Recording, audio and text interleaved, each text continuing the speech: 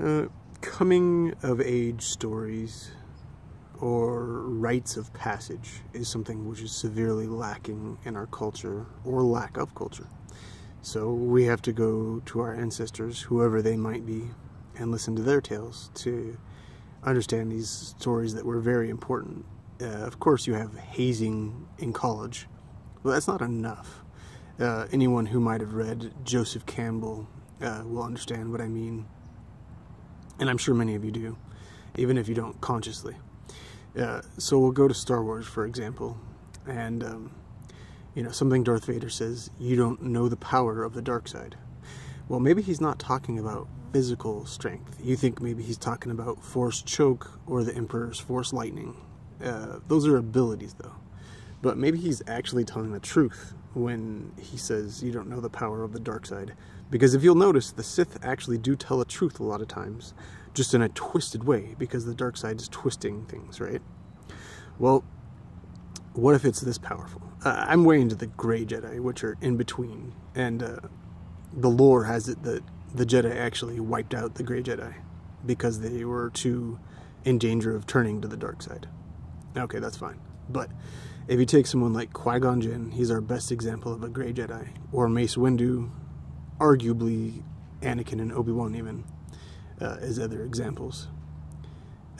Qui-Gon Jinn, when you first meet Darth Maul, Darth Maul doesn't interact with any other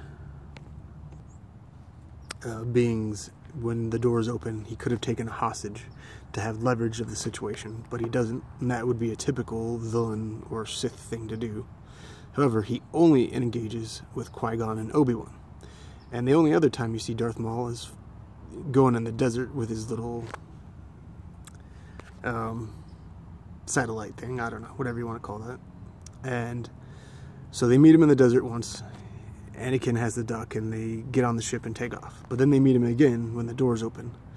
And what if Qui-Gon Jinn, being a Gray Jedi, has the actual nature, the Force is all-encompassing. It has the nature of the dark side to actually twist the woof and warp of reality to the point where Darth Maul doesn't exist.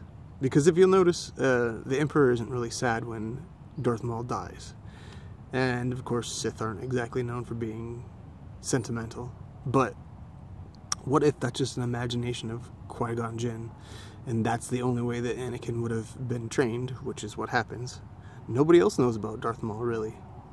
So, I'm saying, what if the dark side is that powerful to actually warp reality in a way that we don't realize, which is why the Jedi get blind by the dark side, and eventually the Emperor gets blind by the light side.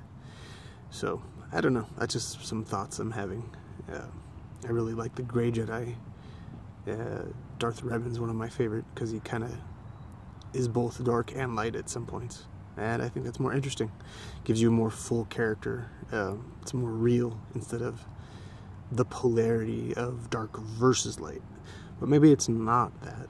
Maybe it's deeper than that, and so much that it balances. They're the same in a sense.